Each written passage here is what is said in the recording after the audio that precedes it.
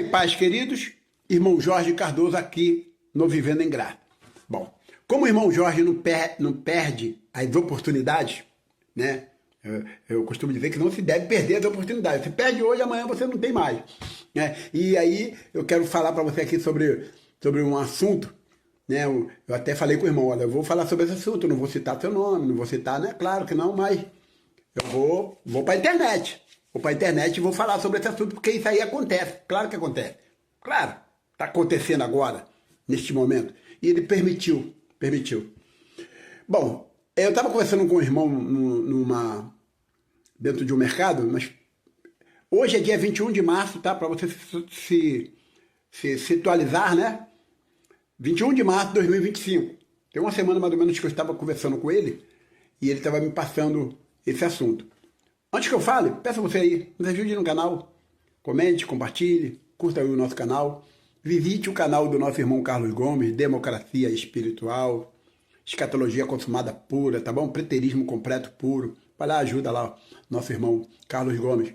Tem um canal aí que tá também bombando, muito simples, muito, né, como diversas coisas aí, irmão Stênio, cozinha, ele fala da graça, né, da graça, do Evangelho da Graça, mostra aí algumas coisas aí muito interessantes do nosso irmão Stênio. Vai lá, canal Mentes Iluminadas, tá bom, querido?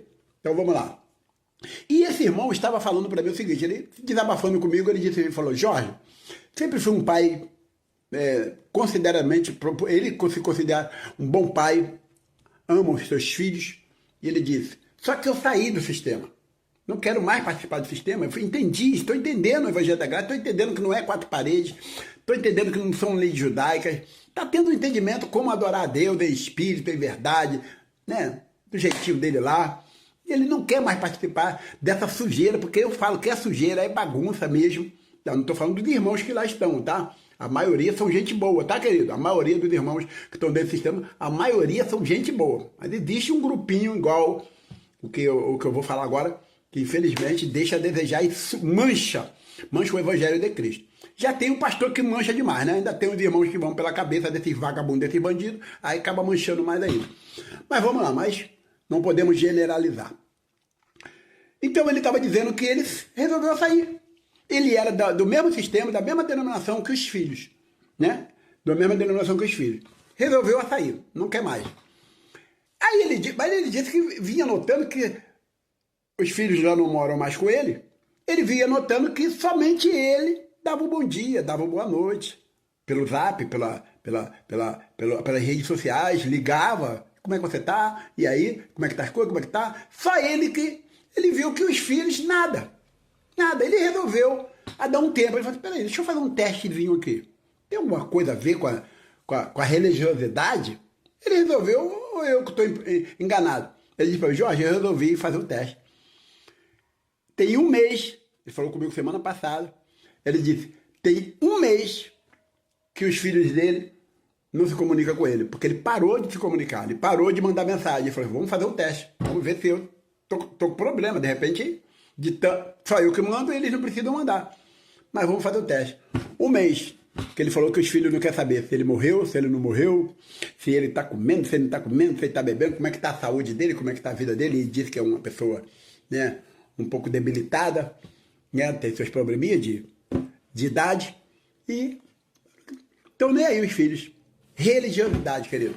Por quê? Porque ele disse que nas redes sociais, tá? Nas redes sociais, ele vê lá, né, alguns dos seus filhos em cima dos púlpitos lá, cantando, né, e cantando até aquela musiquinha, né? Família, plano de Deus. Dando palestra lá, Labachura e Comaná de canta Labachá, e falando mistério, né? E ele estava perguntando, Jorge, o que é isso? Eu falei assim, cara, infelizmente é isso aí. Religiosidade. Os mais religiosos são esses aí, né? Não podemos falar da plateia lá, do gado, né? Daqueles que ficam lá, né? Levanta, senta, vai para ali, vai para lá.